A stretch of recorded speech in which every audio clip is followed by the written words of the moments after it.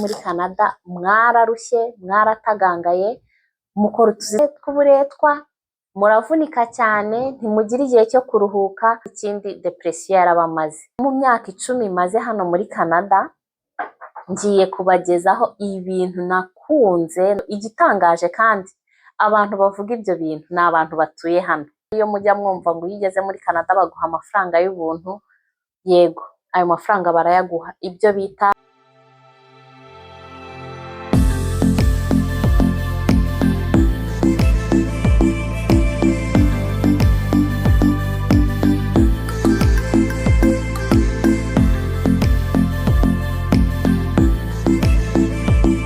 Welcome and welcome back to my YouTube channel.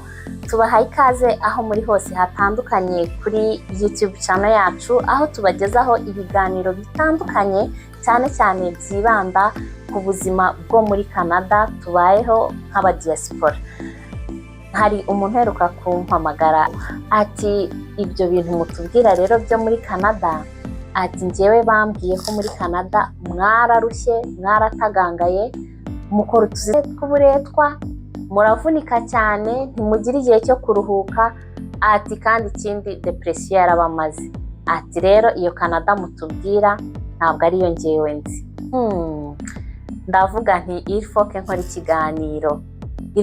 ikiganiro ko numvaga ko nshobora kumusubiza ariko hari n'abandi benshi bashobora kuba barabwiwe gutyo igitangaje kandi abantu bavuga ibyo bintu ni abantu batuye hano ariko nanjye nkibaza nti umuntu uvuga ibyo bintu atuye hano muri Canada kubera iki amaze kubona ko ari mu muruho amaze kubona ko nta kigenda uwo muntu namubaza nti kubera iki utatashye ngo usubire mu gihugu cyawe ibyo bintu ukabivuga hanyuma ukanakomeza utuye aho hantu kandi ubivuga ko nta kigenda ubwo ntimwumva mu kibazo mwebwe mu myaka 10 maze hano muri Canada ngiye kubagezaho ibintu nakundiye muri iki gihugu ibintu byiza nakunze hano muri iki gihugu ni byinshi ariko ndagerageza mbivunagure muri make mvuge nk'ibintu bigera nko mu 10 ibintu nakunze hano muri iki gihugu. Ikintu cya mbere nakunze muri Canada ni ubuvuzi. Mwari muzi ko hano muri Canada kwivuza ari ubuntu. Hano hari systeme ya free health card no kuvuga ngo umuntu wese ufite iyo card health card ya hano wivuza ku buntu indwara yari yose waba urwaye hano nta muntu uzaguha transfer hano ubuvuzi buri ku rwego rwo hejuru ntabwo uzajya kwivuza bakubwire ngo indwara ntituyishoboye ngo turagutransfera oya hano indwara yari yose barayivura baguhuza n'abaspecialiste ukeneye bakakuvura ikindi kandi bakakuvura ku buntu. Canada iri ku rwego rwo hejuru mu rwego rw'ubuvuzi ku rwego rw'isi ibyo bintu birazwi buri famille buri rugo ruba rufite umudokiteri warwo no kuvuga abo bita aba family doctors medecin de famille wanyu aba bakurikirana mwese mu rugo iyo mumukeneye cyangwa umwe muri mwebwe arwaye mufata rendez-vous noneho mwamara kubona rendez-vous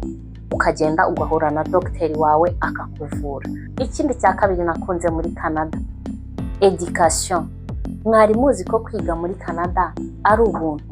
Kwiga muri Canada ni ubuntu guhera muri primaire secondaire abana bigira ubuntu umwana utangira kumwishyurira minerivare ageze muri kaminuza apari yuko abana bigira ubuntu.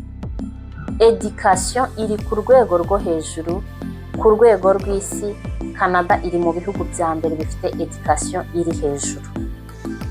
Icyo ni amahirwe dufite kuba hatuye no ku bana bacu. Ntabwo ari handi uzavuga ngo ndi gushakisha amashuri nzajyanamo umwana wanjye kuko deja urayafite hano ufite amashuri meza uburezi bwiza imyigire myiza iri ku rwego ruhanitse. Ikindi cya gatatu nakunze ni umutekano ubu nimvuga umutekano mushaka kumbaza ngo nta hataba umutekano yego ahantu hose haba umutekano ariko Canada iri mu bihugu bya mbere bifite umutekano usesuye. Hano ushobora kwikanga umujura, ntabwo uzigera ubona ngo umuntu afite umuzamu ku rugo rwe cyangwa ku nzu yawe ngo uvuge ngo kizeho umuzamu, kubera ko wizeye umutekano. Ushobora no kurara udafunze. Sometimes bijya bimbaho nkibagirwa no gufunga. Niyo watakaza ikintu hano barakigutorera bakakiripotinga kuri polisi, ukazumva polisi iraguhamagaye ati ikintu runaka twagitoye ngwino ugitore. Hano hari nabyita ni nk'umuco, ikintu kitari icyawe uragitora ukagishyikiriza polisi. Tuvuga urugero, uramutse wibagiriwe nka laptop muri bisi cyangwa muri train, umuntu arayitora akaba yayijyana kuri polisi, hanyuma polisi ako ni akazi kayo ko kuzashakisha ngo iyi laptop ni iyande bakayigushyikiriza. Ibyo ni ibintu utapfa gusanga ahandi. Nibutse, murabona nko kwibagirirwa wallet muri shopping cart, wagiye nko guhaha muri magasin ukibagirwa wallet ukayibagirirwa muri cart. Byambayeho, wallet yanjye ndayibagirwa nagiye guhaha, maze kugera mu rugo niranda konti ko wallet nayibagiwe, nahise nsubira kuri iyo magasin nsanga bayibitse, nsanga bayimbikiye. Wallet irimo amakadi yose, irimo ibyangombwa byanjye byose, nsanga bayimbikiye. Ndabizi neza ko abamama benshi bijya bibabaho. Ku nshuti wanjye yigeze antera ukuntu ngo yigeze atakaza impeta ze za or, yari yazibagiriwe mu mufuka w'imyenda yari yambaye, noneho aragenda ajya kuyimesa. Bukeye bwaho yibuka ko yameshe imyenda irimo impeta ze.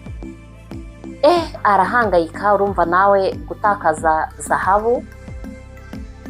Ariko nyuma aravuga ati uwajya kubaza, ajya kubaza ahantu kuri reception y'aho bameseraga. Kandi imagine ko yasanze izo mpeta bazimutoreye bazishyize aho ngaho kuri reception. Yageze kuri reception ababwiye ati natakaje impeta, bamubaza uko zimeze ati dore ngizi. Yarabimbwiye ndavuga nti wow, yaba isi yose yari imeze gutya, aba dufite amahoro ku isi.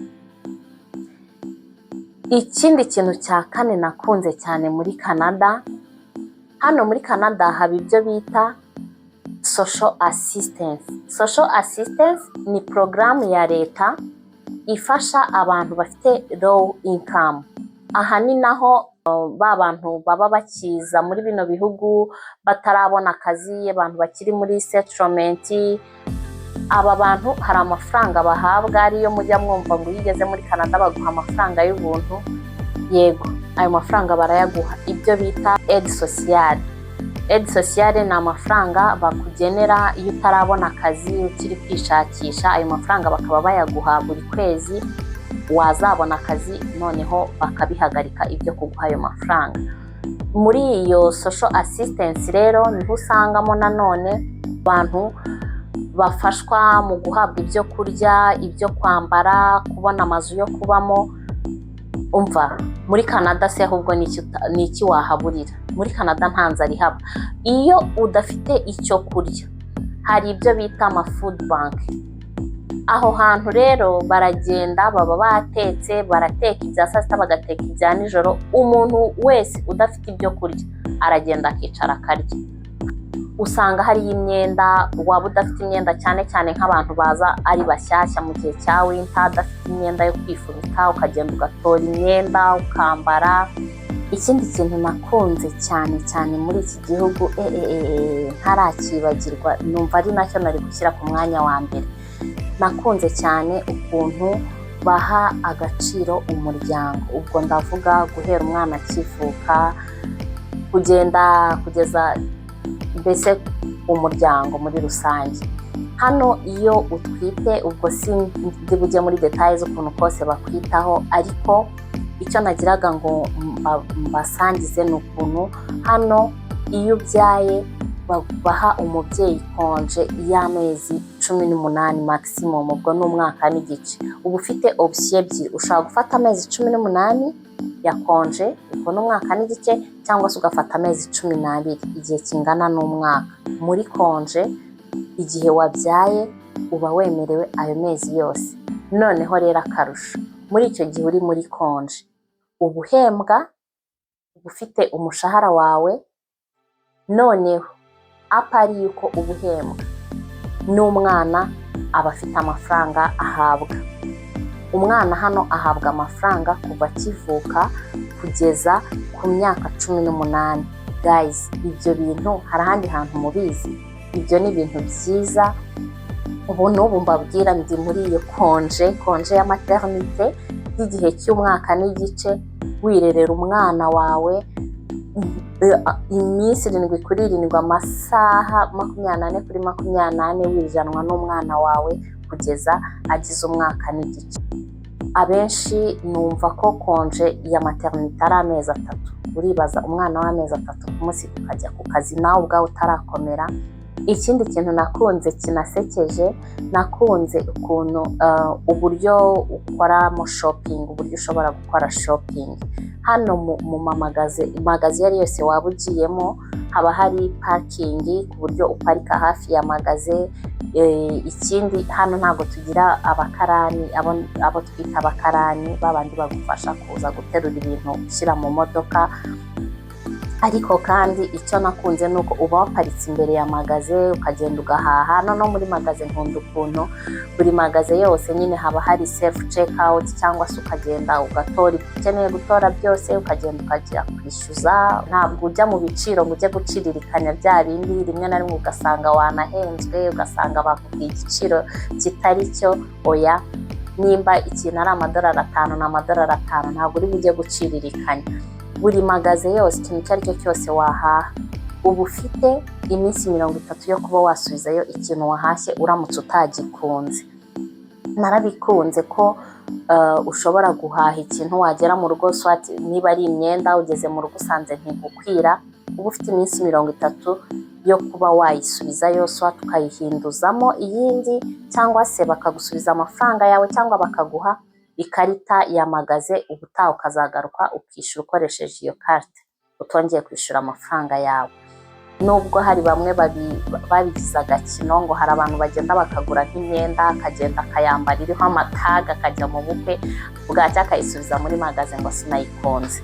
Ibyo ariko ni bibi, simbivuze ngo hagire umuntu uzabikora, ibyo nta bunyangamugayo burimo. Nimba hari abantu babikora rwose bihangane ntibazongere. Ikindi kintu nakunze cyane hano muri Canada, haba job opportunity. Nimvuga job opportunity, wenda hari abashobora kumbaza ngo ngo akahe kazi. Ndavuga ko udashobora kubura akazi hano muri iki gihugu.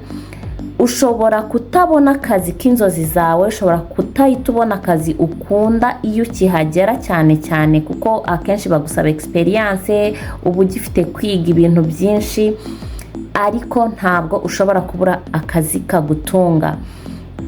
Iyo ukigera hano ubona akazi, noneho uko iminsi igenda ishira, uko ugenda umenyera, ukagenda upgradinga muri ako kazi kugeza igihe uzagerera ku kazi k'inzozi zawe bitewe na experience umaze kugira. None rero nkunda ukuntu hano mu kazi haba ikintu cyitwa kubahana. Umuntu wese mu rwego arimo, waba uri umuntu wo hejuru, waba uri uwo hasi, babandi twakwita ko bakora akazi gaciriritse, muba mwubahana. Ikindi uba ufite benefit nk'iz'abandi, muba mufite benefit mwese zingana. Ku kazi mufite benefit zingana, uba ufite ama sick leave, ibyo bita ama vacances, congé de maladie, vacances zawe uba uzifite, uba ufite assurance. Ni ukuvuga ngo icyo kintu benefit zose muba muzihurijeho, muba mufite mwese benefit. Ikindi kubahana. Ntabwo wabona nka bya bindi twamenyereye wenda mu bihugu by'iwacu, ugasanga ngo uyu ni manager, ngo ntiyakwicarana n'abakoropa cyangwa n'abakora akazi gasanzwe. Hano ibyo ntibibaho. Uragenda ukajya ku kazi ugasanga muri parking uparitse iruhande rwa boss wawe. Niba ari parking yishyurwa, mwese murayishyura. Mbese nta kuvuga ngo ari hejuru ngo yari hasi. Oya, ku kazi mwese murangana. Hanyuma rero iyo nanone ushaka akazi kari ku rwego rwo hejuru, iyo ugashoboye kandi wujuje ibisabwa byose, ugakora ikizami ukagitsinda, ugakora interview ugatsinda, akazi barakaguha ukagakora.